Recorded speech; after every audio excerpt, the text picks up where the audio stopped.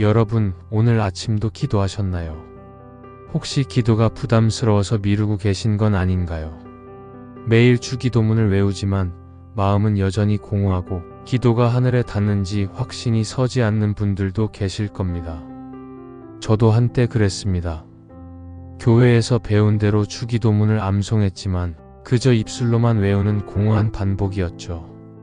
그런데 어느 날 깨달았습니다. 주기도문은 단순한 암송문이 아니라 예수님이 제자들에게 직접 가르쳐 주신 가장 완벽한 기도의 모델이라는 것을 말입니다. 마태복음 6장 9절부터 13절. 이같이 기도하라. 하늘에 계신 우리 아버지여, 이름이 거룩히 여김을 받으시오며 나라가 임하시오며 뜻이 하늘에서 이루어진 것 같이 땅에서도 이루어지이다. 오늘 우리에게 일용할 양식을 주시옵고 우리가 우리에게 죄 지은 자를 사하여 준 것 같이 우리 죄를 사하여 주시옵고 우리를 시험에 들게 하지 마시옵고 다만 악에서 구하시옵소서. 나라와 권세와 영광이 아버지께 영원히 있사옵나이다. 아멘. 이 짧은 기도문 안에 우리가 하나님께 드려야 할 모든 기도의 요소가 담겨 있습니다. 오늘은 이 주기도문 속에 숨겨진 6가지 기도의 비밀을 여러분과 나누려고 합니다. 이 방법으로 기도할 때 여러분의 기도는 더 이상 형식적인 요청이 아니라 하나님과의 살아있는 만남이 될 것입니다. 첫 번째, 하나님을 사랑의 아버지로 부르세요. 주기도문의 첫 구절을 다시 한번 보겠습니다. 하늘에 계신 우리 아버지여라고 시작합니다. 예수님은 왜 하나님을 아버지라고 부르라고 하셨을까요? 구약시대 이스라엘 백성들은 하나님을 여호와, 엘로힘, 아도나이 같은 거룩하고 두려운 이름으로 불렀습니다. 감히 그 이름조차 함부로 부를 수 없어서 대제사장만이 1년에 한 번 지성소에서 그 이름을 부를 수 있었죠. 그런데 예수님은 우리에게 하나님을 아바 아버지라고 부르라고 하십니다. 로마서 8장 15절. 너희는 다시 무서워하는 종의 영을 받지 아니하고 양자의 영을 받았으므로 우리가 아바 아버지라고 부르짖느니라. 아바는 아람어로 아빠를 뜻합니다. 어린아이가 아버지를 부를 때 사용하는 가장 친밀한 호칭이죠. 예수님은 우리가 하나님을 그렇게 가까운 분으로 경험하기를 원하셨습니다. 제가 아는 한 청년의 이야기를 들려드리겠습니다. 그는 어린 시절부터 아버지의 사랑을 제대로 받지 못했습니다. 아버지는 늘 바쁘셨고 집에 계실 때도 무관심했죠. 그래서 그는 늘 외로웠고 누군가의 인정을 받기 위해 애썼습니다. 공부도 열심히 했고 직장에서도 인정받으려 노력했지만 마음의 공허함은 채워지지 않았습니다. 그런 그가 교회에 나오게 되었고 처음으로 진지하게 기도를 시작했습니다. 그런데 하늘에 계신 우리 아버지여라고 부르는 순간 눈물이 쏟아졌다고 합니다. 평생 갈망했던 아버지의 사랑을 하나님 안에서 발견한 것입니다. 요한일서 3장 1절 보라, 아버지께서 어떠한 사랑을 우리에게 베푸사 하나님의 자녀라 일컬음을 받게 하셨는가. 우리가 그러하도다. 그 청년은 이제 더 이상 사람들의 인정을 구하지 않습니다. 하나님이 자신의 아버지라는 사실을 깨달은 후 자존감이 회복되었고 당당한 신앙인으로 변화되었습니다. 직장에서도 교회에서도 더 이상 눈치 보지 않고 하나님의 자녀답게 살아가고 있습니다. 여러분도 기도할 때 하나님을 진정한 아버지로 경험하시기 바랍니다. 우리를 지으신 분, 우리를 가장 잘 아시는 분, 우리를 끝까지 사랑하시는 분이 바로 하늘 아버지이십니다. 그분은 우리의 머리카락까지 세신 바 되었다고 성경은 말씀합니다. 마태복음 10장 30절, 너희에게는 머리털까지 다 세신 바 되었나니. 이렇게 세심하게 우리를 돌보시는 아버지께 우리는 무엇이든 아뢰 수 있습니다. 기쁜 일도 슬픈 일도 부끄러운 일도 모두 아버지께 말씀드릴 수 있습니다. 그분은 우리를 정죄하지 않으시고 품어주시며 위로해 주십니다. 두 번째, 하나님의 이름과 나라를 먼저 구하세요. 주기도문의 다음 구절을 보겠습니다. 이름이 거룩히 여김을 받으시오며 나라가 임하시오며라고 기도합니다.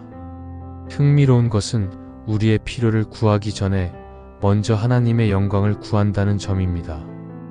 많은 사람들이 기도할 때 자신의 필요부터 늘어놓습니다. 이것 주세요, 저것 해결해 주세요, 도와주세요 라고 말이죠. 물론 우리의 필요를 아뢰는 것도 중요합니다. 하지만 예수님은 먼저 하나님의 이름이 거룩히 여김을 받기를 구하라고 가르치십니다. 마태복음 6장 33절 그런즉 너희는 먼저 그의 나라와 그의 의를 구하라. 그리하면 이 모든 것을 너희에게 더하시리라.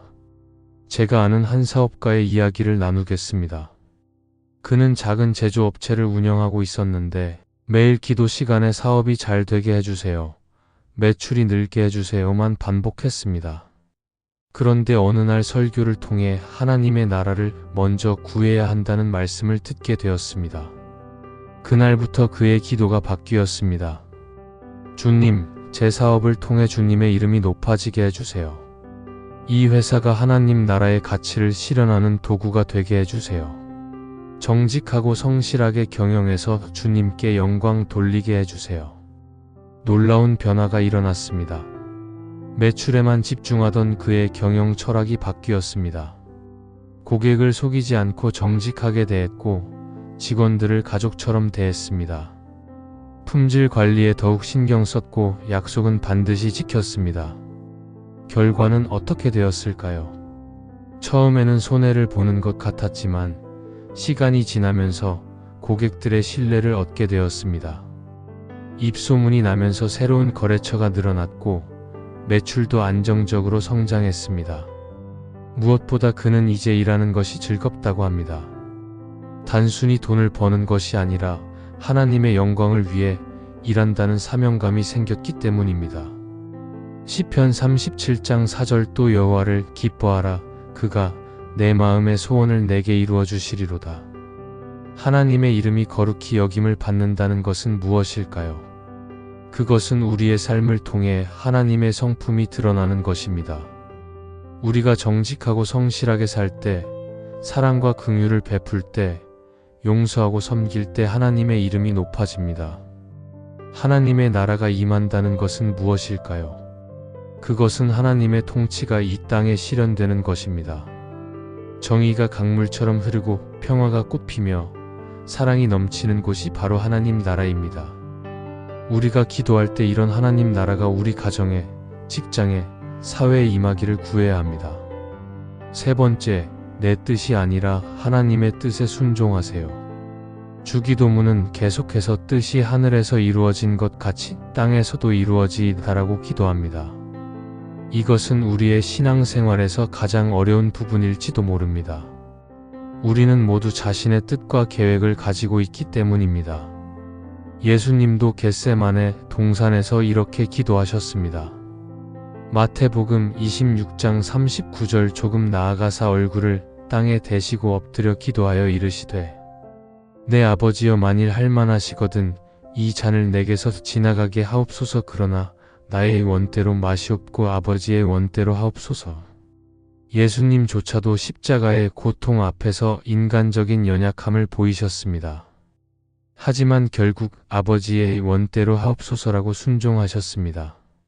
이것이 바로 성숙한 신앙의 모습입니다.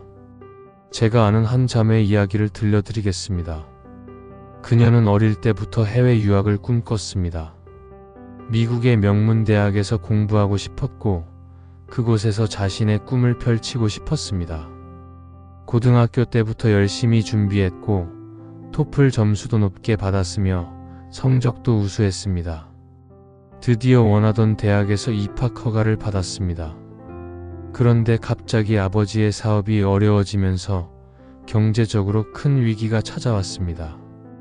유학은커녕 국내 대학 등록금도 걱정해야 하는 상황이 되었습니다. 그녀는 절망했습니다. 하나님께 원망하는 마음도 들었습니다. 왜 저에게 이런 시련을 주시나요?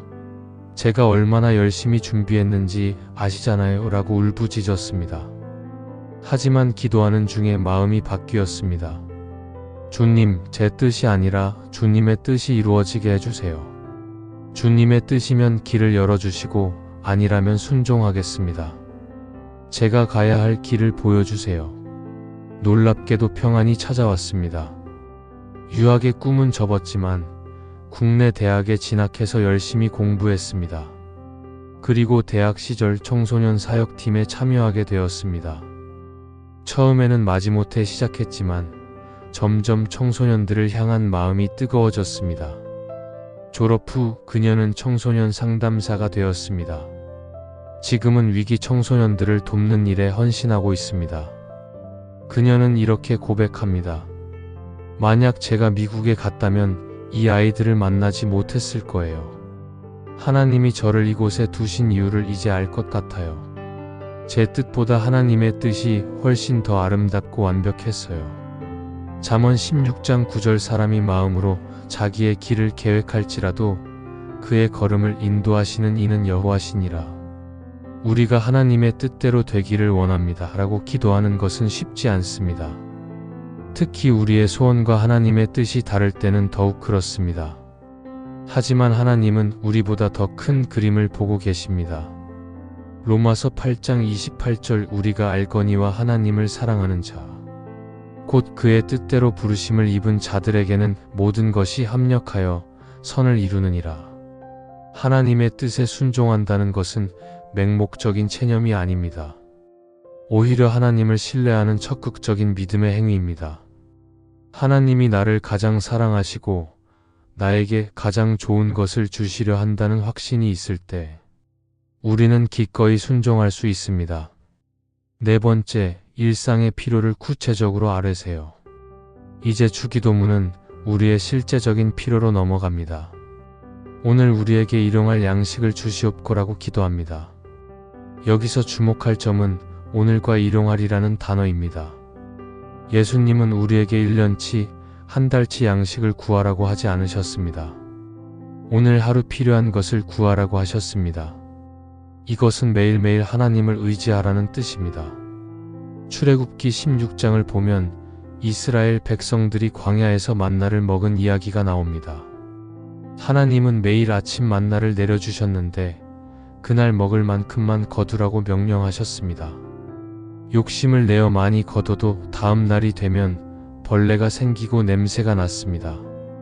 안식일 전날만 이틀치를 거둘 수 있었죠. 출애굽기 16장 4절 그때 여호와께서 모세에게 이르시되 보라 내가 너희를 위하여 하늘에서 양식을 비같이 내리리니 백성이 나가서 일용할 것을 날마다 거둘 것이라. 이것은 우리에게 중요한 교훈을 줍니다. 하나님은 우리가 매일 그분께 나아오기를 원하신다는 것입니다. 한 번의 기도로 모든 것을 해결하려 하지 말고 날마다 하나님과 교제하며 살아가라는 뜻입니다.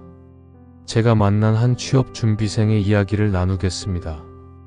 그는 대학 졸업 후 2년째 취업 준비를 하고 있었습니다. 처음에는 하나님, 좋은 직장 주세요 라고만 막연하게 기도했습니다.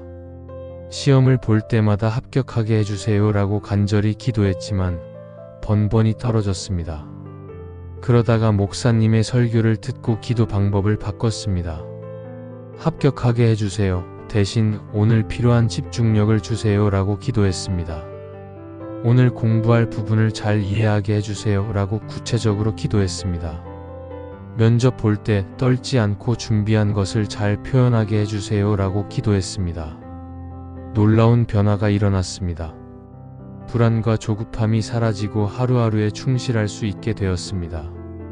매일 아침 오늘 하루도 최선을 다하게 해주세요 라고 기도하며 시작했습니다. 공부가 잘 안 될 때는 지혜를 주세요 라고 기도했고 지칠 때는 힘을 주세요 라고 기도했습니다. 빌립보서 4장 19절 나의 하나님이 그리스도 예수 안에서 영광 가운데 그 풍성한 대로 너희 모든 쓸 것을 채우시리라. 결국 그는 원하던 회사에 합격했습니다. 하지만 더 중요한 것은 취업 이후에도 매일의 삶 속에서 하나님을 의지하는 습관을 갖게 되었다는 것입니다. 지금도 출근하면서 오늘 하루 지혜롭게 일하게 해주세요 라고 기도한다고 합니다. 일용할 양식은 단순히 먹을 것만을 의미하지 않습니다. 우리가 살아가는데 필요한 모든 것을 포함합니다. 건강, 지혜, 능력, 관계, 평안 등 우리에게 필요한 모든 것을 구체적으로 아뢰 수 있습니다. 야고보서 4장 2절 너희가 얻지 못함은 구하지 아니하기 때문이요. 하나님은 우리의 크고 작은 모든 필요에 관심을 가지고 계십니다. 부모가 자녀의 사소한 일에도 관심을 갖듯이 하나님도 우리의 일상적인 필요를 채워주시기를 기뻐하십니다. 그러니 부끄러워하지 말고 무엇이든 구체적으로 아뢰시기 바랍니다. 5번째, 용서하고 용서받는 기도를 드리세요. 주기도문의 다음 부분은 매우 도전적입니다. 우리가 우리에게 죄 지은 자를 사하여 준 것 같이 우리 죄를 사하여 주시옵고라고 기도합니다. 이 구절은 우리의 용서받음이 다른 사람을 용서하는 것과 연결되어 있음을 보여줍니다. 마태복음 6장 14절에서 15절 너희가 사람의 잘못을 용서하면 너희 하늘 아버지께서도 너희 잘못을 용서하시려니와 너희가 사람의 잘못을 용서하지 아니하면 너희 아버지께서도 너희 잘못을 용서하지 아니하시리라. 이것은 우리가 용서로 구원을 얻는다는 뜻이 아닙니다. 구원은 오직 예수 그리스도의 은혜로 받는 것입니다. 하지만 용서받은 자로서 마땅히 용서해야 한다는 것을 가르칩니다. 예수님은 마태복음 18장에서 용서에 대한 비유를 들려주셨습니다. 1만 달란트 빚진 종이 왕에게 용서받았지만 자기에게 100데나리온 빚진 동료를 용서하지 않았다는 이야기입니다. 1만 달란트는 현재 가치로 수조원에 해당하는 엄청난 금액이고 100데나리온은 몇백만 원 정도입니다. 마태복음 18장 32절에서 33절 이에 주인이 그를 불러다가 말하되 악한 종아 내가 빌기에 내가 내 빚을 전부 탕감하여 주었거니 내가 너를 불쌍히 여김과 같이 너도 내 동료를 불쌍히 여김이 마땅하지 아니하냐. 우리가 하나님께 용서받은 죄는 1만 달란트와 같습니다. 그런데 우리는 종종 100데나리온 같은 작은 상처와 잘못을 용서하지 못합니다. 이것이 얼마나 모순적인지 예수님은 지적하고 계십니다. 제가 상담했던 한 부부의 이야기를 들려드리겠습니다. 결혼 10년 차인 이들은 심각한 갈등을 겪고 있었습니다. 남편의 외도가 발각되었고 아내는 깊은 상처를 받았습니다. 이혼 직전까지 갔지만 교회 상담실을 찾아왔습니다. 아내는 절대 용서할 수 없다고 했습니다. 배신감과 분노로 가득했고 남편 얼굴을 보는 것조차 힘들어했습니다. 남편은 진심으로 뉘우치고 있었지만 아내의 마음은 돌처럼 굳어 있었습니다. 그런데 어느 날 아내가 기도하던 중 자신의 과거가 떠올랐다고 합니다. 결혼 전 자신도 많은 잘못을 저질렀고 하나님께 용서받았다는 사실을 기억했습니다. 하나님이 나를 용서하셨는데 나는 왜 남편을 용서하지 못하는가라는 생각이 들었습니다. 그녀는 눈물로 기도했습니다. 하나님, 제가 용서할 수 있는 마음을 주세요. 제 안의 미움과 쓴뿌리를 제거해 주세요. 남편을 용서할 수 있는 힘을 주세요. 기적이 일어났습니다. 돌같이 굳었던 마음이 녹기 시작했습니다. 남편을 완전히 용서하기까지는 시간이 걸렸지만 용서하기로 결단한 순간부터 회복이 시작되었습니다. 지금 그 부부는 더 깊은 사랑으로 함께 살아가고 있습니다. 에베소서 4장 32절 서로 친절하게 하며 불쌍히 여기며 서로 용서하기를 하나님이 그리스도 안에서 너희를 용서하심과 같이 하라. 용서는 쉽지 않습니다. 특히 깊은 상처를 받았을 때는 더욱 그렇습니다. 하지만 용서하지 않으면 우리 자신이 감옥에 갇히게 됩니다. 미움과 원한은 우리 영혼을 병들게 하고 기도의 문을 막아버립니다. 골로새서 3장 13절 누가 누구에게 불만이 있거든 서로 용납하여 피차 용서하되 주께서 너희를 용서하신 것 같이 너희도 그리하고. 용서는 감정이 아니라 의지의 선택입니다. 마음이 내키지 않아도 용서하기로 결단할 수 있습니다. 그리고 계속 기도하면서 용서를 연습하다 보면 하나님이 우리 마음을 치유해 주시고 진정한 용서의 은혜를 경험하게 하십니다. 또한 우리는 자신의 죄에 대해서도 정직해야 합니다. 때로 우리는 남의 죄는 잘 보면서 자신의 죄는 보지 못합니다. 예수님은 이렇게 말씀하셨습니다.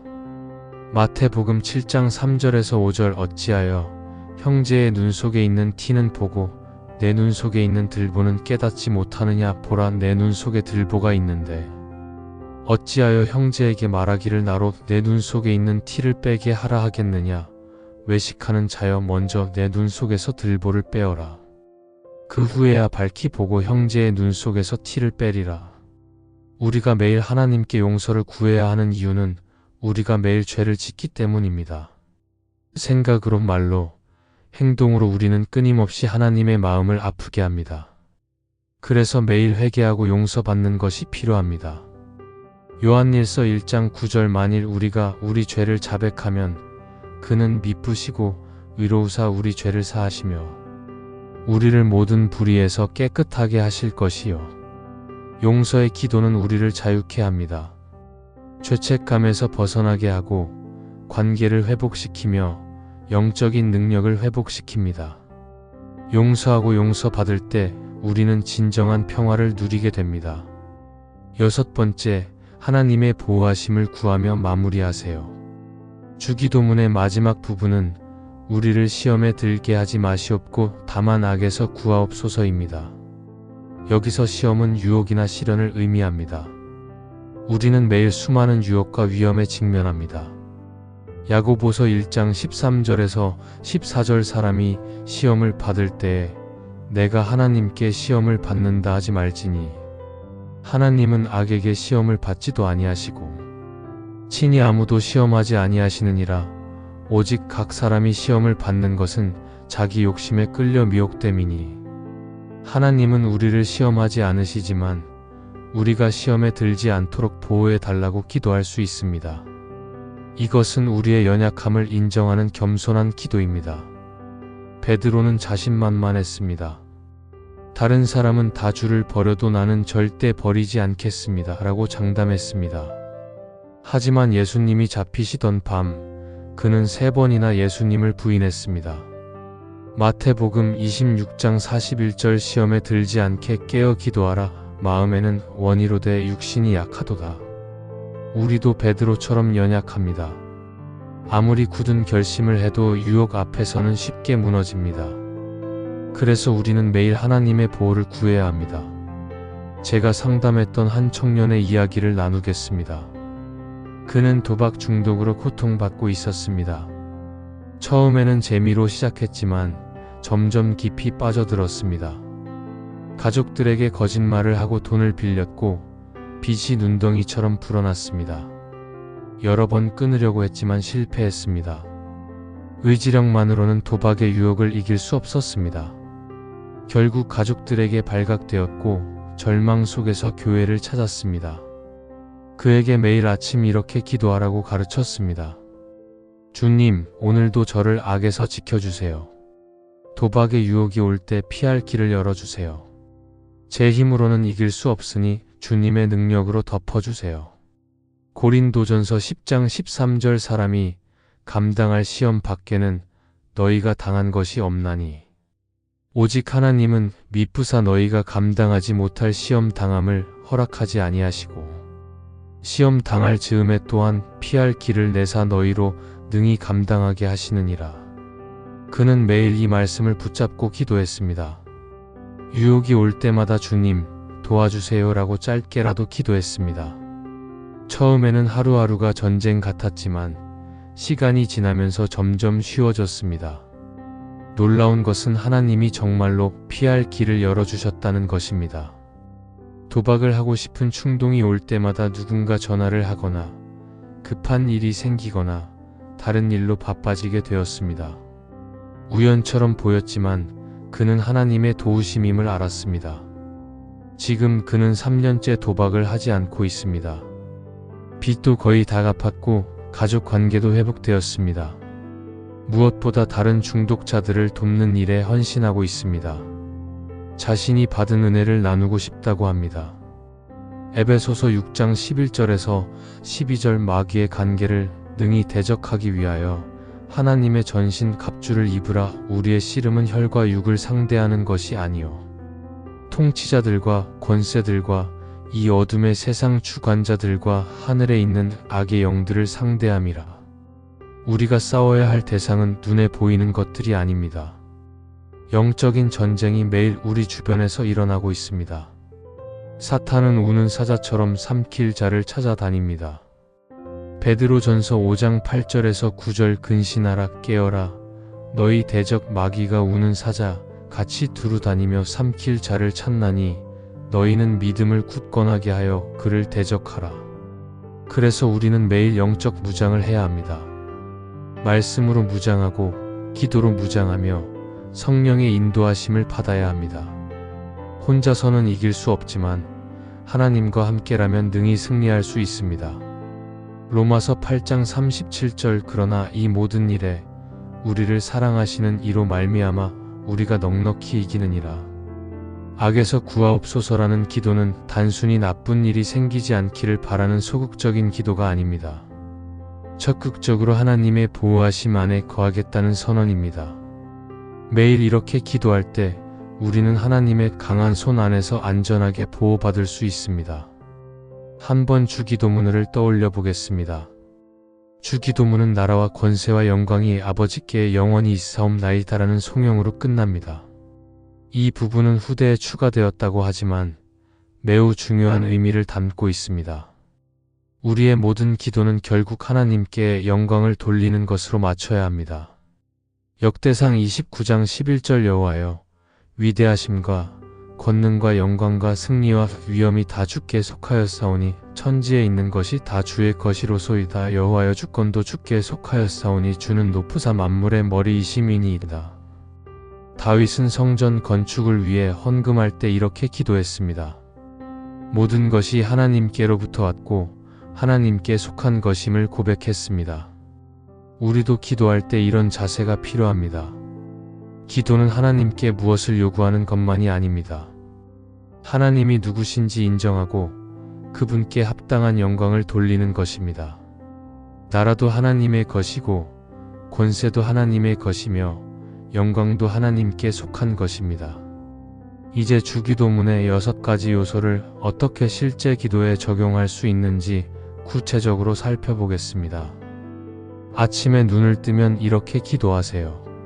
하늘에 계신 아버지, 오늘도 저를 자녀로 불러주셔서 감사합니다. 오늘 하루 제 삶을 통해 아버지의 이름이 높아지게 해주세요. 제가 만나는 모든 사람에게 사랑을 베풀어서 하나님 나라가 확장되게 해주세요. 제 뜻대로 살지 않고 아버지의 뜻을 분별하고 순종하게 해주세요. 오늘 필요한 건강과 지혜와 능력을 공급해 주세요. 어제 실수한 것들을 용서해 주시고 저도 다른 사람을 용서하게 해주세요. 오늘 하루 유혹에서 보호해 주시고 모든 악에서 지켜주세요. 모든 영광을 아버지께 돌립니다. 아멘. 잠자리에 들기 전에는 이렇게 기도하세요. 사랑하는 아버지, 오늘 하루도 함께 해주셔서 감사합니다. 오늘 제가 아버지의 이름을 욕되게 한 것이 있다면 용서해 주세요. 내일은 더욱 아버지의 나라와 의를 구하며 살게 해주세요. 제 계획보다 아버지의 계획이 이루어지기를 원합니다. 오늘 주신 모든 은혜에 감사드립니다. 오늘 저를 섭섭하게 한 사람들을 용서합니다. 제 허물도 용서해 주세요. 오늘 밤 평안한 잠을 주시고 악한 것으로부터 보호해 주세요. 주님께 모든 감사와 영광을 드립니다. 아멘. 만약 시험을 앞두고 있다면 이렇게 기도할 수 있습니다. 아버지, 이 시험을 통해서도 주님께 영광 돌리고 싶습니다. 제 실력을 다 발휘할 수 있도록 평안한 마음을 주세요. 준비한 것을 잘 기억나게 하시고 실수하지 않게 도와주세요. 직장에서 어려움을 겪고 있다면 이렇게 기도할 수 있습니다. 아버지, 이 직장에서도 하나님 나라의 가치를 실현하게 해주세요. 불의한 일에 타협하지 않고 정직하게 일하게 해주세요.